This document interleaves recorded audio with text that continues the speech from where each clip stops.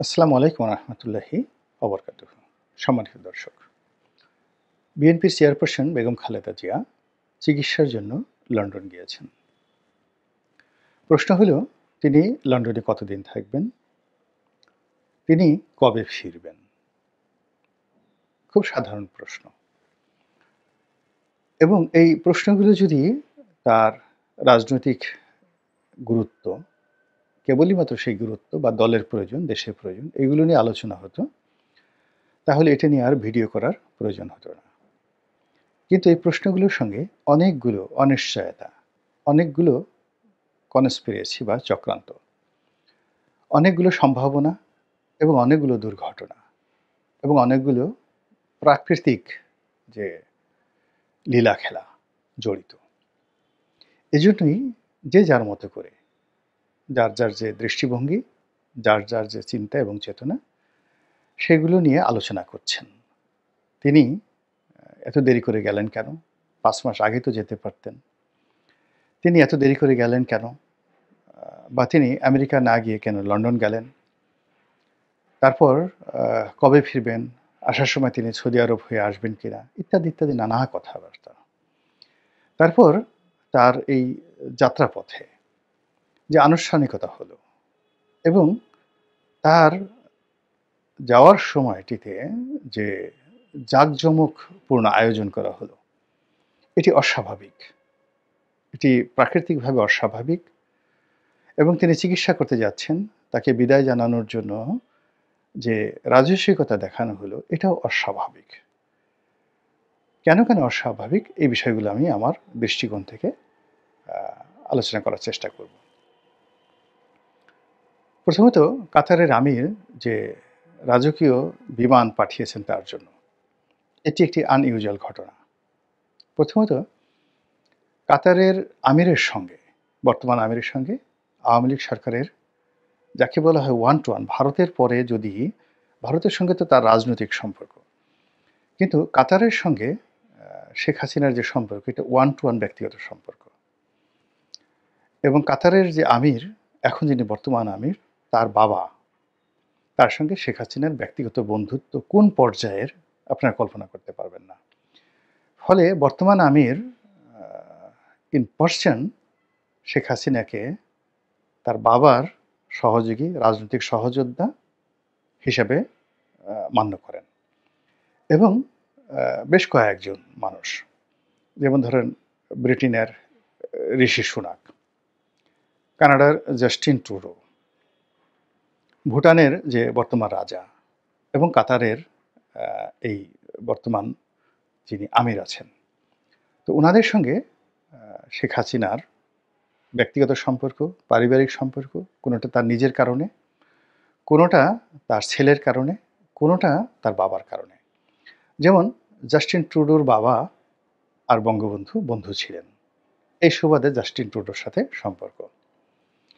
দ্বিতীয়ত, ঋষি সুনাকের যে শ্বশুর, তার সঙ্গে শেখ হাসিনার ব্যক্তিগত সম্পর্ক দিল্লি কেন্দ্রিক, তিনি যখন দিল্লিতে ছিলেন। এই গেল ঋষি সুনাক। কাতারের আমিরের বাবার সঙ্গে শেখ হাসিনার ব্যক্তিগত সম্পর্ক। ভুটানের যিনি রাজা, তিনি জয়ের ঘনিষ্ঠ বন্ধু। তো এই হলো অবস্থা। তো সেই আমির হঠাৎ করে বেগম জিয়ার জন্য যে বিমান পাঠালেন, এটা আমার কাছে আনইউজুয়াল মনে হয়েছে, ভেরি আনইউজুয়াল মনে হয়েছে। মধ্যে যদি কোনো কিছু থাকে, সেটি ভবিষ্যৎ দেখা দেবে। দ্বিতীয়ত, এই আমির তার হওয়ার কথা না আমির, তার যোগ্যতার কারণে তিনি হয়েছেন, এবং তিনি পুরো কাতারকে পরিবর্তন, চেঞ্জ করে দিয়েছেন।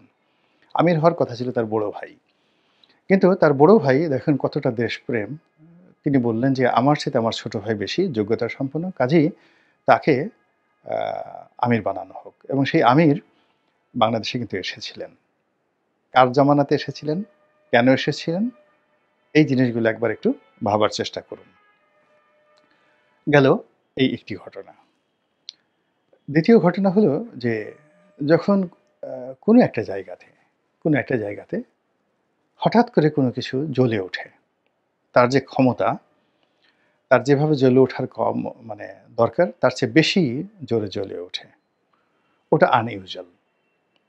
বেগম জিয়া যাবেন, যাওয়ার সময় একেবারে স্বতঃস্ফূর্তভাবে, মানে তাকে যে অভ্যর্থনা জানানো হলো, তাকে যে বিদায় দেওয়া হলো, এটা সাধারণত হয় না। যখন আপনি কাউকে আবার বরণ করে নিবেন, এই ১৫ দিন পরে, ১ মাস পরে, ২ মাস পরে, ওখানে প্রকৃতিগতভাবে কখনই ন্যাচারালি এত জাঁকজমকপূর্ণ অনুষ্ঠান হয় না। এবং এটার জন্য বিএনপি কোনো পয়সা খরচ করেনি। তারপরে এটার জন্য বিএনপির কোনো আয়োজন ছিল না। এটা একেবারে পুরোটাই হৃদয় থেকে স্বতঃস্ফূর্তভাবে জনগণ বেগম জিয়ার জন্য রাস্তায় নেমে গেছে। এটি আনইউজুয়াল। কেন আনইউজুয়াল? এটা ভবিষ্যতে বলা যাবে, এখন বলা যাবে না। নরমালি স্বল্পকালীন এরকম ঘটনার জন্য যদি কাউকে বিদায় জানাতে হয়, এটা হয় না। এটা কেউ জানায়ও না। আর এই ধরনের আয়োজন করতে কোটি, কোটি টাকা খরচ করেও এরকম গভীর রাতে শীতের মধ্যে আয়োজন করা যায় না। কিন্তু এটা হয়েছে। ফলে এটা একটা অস্বাভাবিক একটি ঘটনা। ৩ নম্বর হলো বেগম জিয়ার যে বয়স ৭৯ বছর এবং তিনি তার সন্তানের সঙ্গে ৭ বছর পরে দেখা করতে যাচ্ছেন।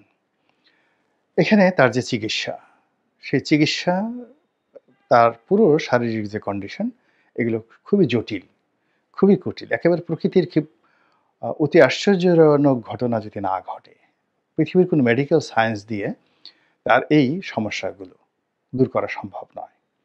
কাজেই তিনি পরিপূর্ণ সুস্থ হবেন, কর্মক্ষম হবেন, আবার হেঁটে বেড়াবেন সারা বাংলাদেশে, এটা চিকিৎসা বিজ্ঞানে অসম্ভব বিষয়।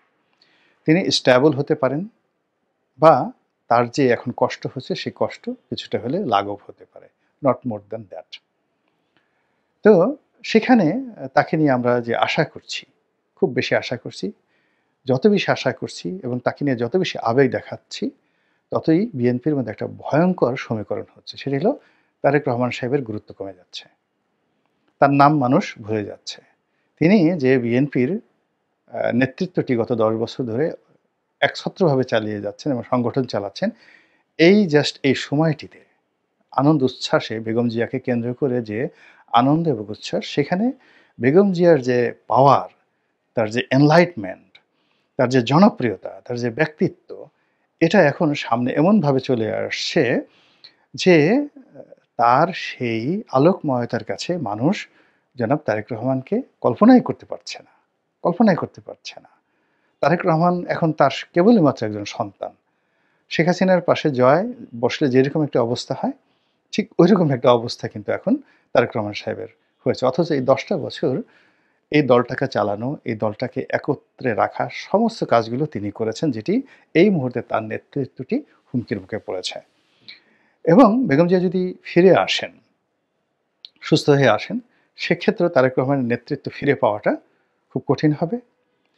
আর যদি বেগম জিয়া আরও অসুস্থ হন এবং আল্লাহ না করুক হায়াত মত আল্লাহর হাতে, তার যদি আহ, আল্লাহর দরবারের ডাক এসে যায়, সেক্ষেত্রে তারেক রহমান সাহেবের নেতৃত্ব আবার পুনঃপ্রতিষ্ঠিত করতে হবে, নতুন করে প্রতিষ্ঠিত করতে হবে। এই সমস্যাটা কিন্তু এর মধ্যে ঘটে গেছে। আরেকটি বিষয় আপনাদের স্মরণ করিয়ে দিতে চাই, সেটি হলো আওয়ামী লীগের জামানাতে বেগম খালেদা জিয়া যখন দিল্লিতে গিয়েছিলেন, দিল্লির মেহমান হিসেবে, তখন তিনি বিরোধী দলীয় নেত্রী। তখন কিছু আনইউজুয়াল ঘটনা ঘটেছিল। সেই আনইউজুয়াল ঘটনা হলো তাকে রিসিভ করার জন্য সকল প্রোটোকল ভেঙে ভারতের প্রধানমন্ত্রী মনমোহন সিং তিনি এয়ারপোর্টে চলে এসেছিলেন, যেটি আনইউজুয়াল, কখনো হয় না। বিরোধী দলীয় একজন নেত্রীকে অভ্যর্থনা জানানোর জন্য রাষ্ট্রের একজন ডিপ্টি সেক্রেটারি পর্যায়ের কর্মকর্তা আসতেন এবং প্রধানমন্ত্রী মনমোহন সিংয়ের অফিসে গিয়ে তাকে দেখা করতে হতো। এবং ভারত একটা নাকুচু জাতি, আপনি দেখেন এখানে শেখ হাসিনার সাথে এত সম্পর্ক, তাকে রিসিভ করার জন্য একটা উপমন্ত্রী পর্যায়ে, তাও মহিলা, অগুরুত্বপূর্ণ একজন উপমন্ত্রীকে পাঠানো হয়, কোনো কোনো সময় উপমন্ত্রীকেও পাঠানো হয়নি। তো সেখানে বেগম জিয়ার সাথে যখন এরকম আচরণ করা হলো, তাকে অতিরিক্ত মূল্যায়ন করা হলো, তার পরিণতি 2013 সনে 14 সনে আমরা দেখেছি। মানে আপনি যখন কাউকে ঠকাবেন এবং কাউকে প্রতারণা করবেন, তখন তার বিশ্বাস এবং আস্থা অর্জন করার জন্য তাকে আপনার হৃদয়ের মধ্যে নিয়ে নেবেন। সেভাবে ভারত বেগম জিয়াকে ওই সময়টাতে হৃদয়ের মধ্যে নিয়েছিল। এগুলো একটা। আরেকটা আনইউজুয়াল ঘটনা ঘটেছিল।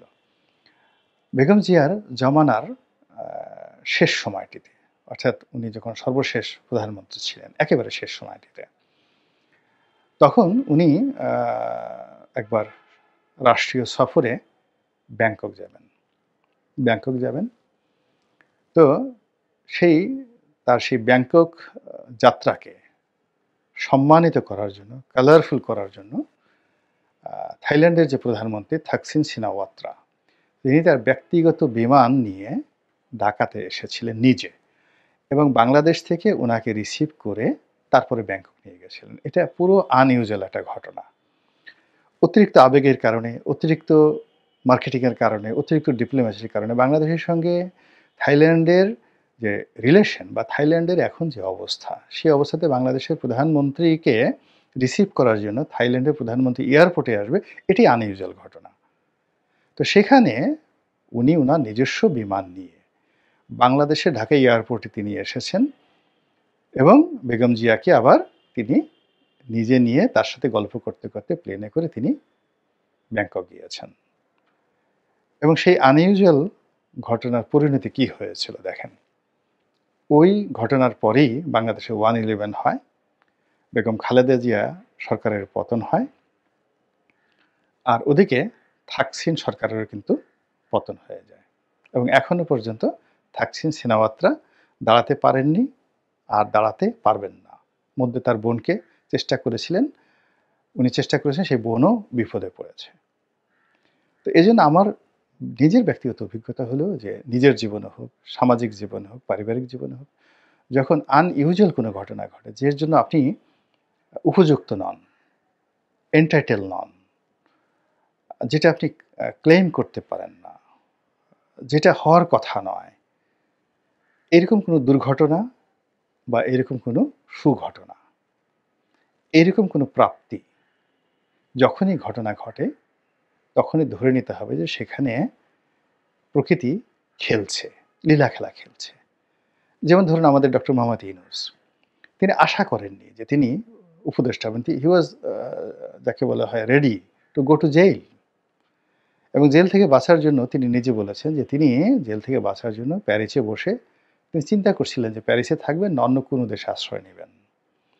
তো যখন এরকম একটা আনইউজুয়াল ঘটনা ঘটলো তার জীবনে, তিনি কিন্তু চিন্তা করার সময় পাননি, তিনি সেটি গ্রহণ করেছেন।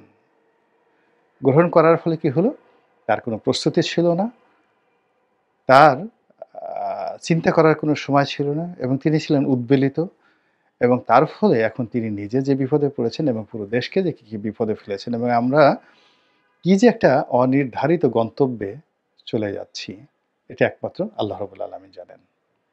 সবার শেষে সেটা হলো বেগম জিয়ার এই যে যাত্রা, এই যাত্রার প্রাক্কালে সেনাবাহিনীর প্রধান জেনারেল ওয়াকারুজ্জামান তার সাথে এসে সস্ত্রীক দেখা করে গেছেন।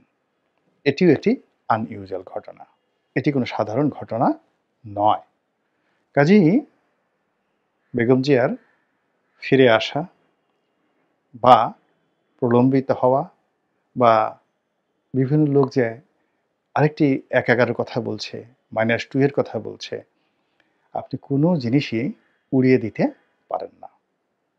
আল্লাহ আমাদের সবাইকে হেদায়েত দান করুন এবং হেফাজত করুন। আসসালামু আলাইকুম ওয়া রাহমাতুল্লাহি ওয়া বারাকাতুহু।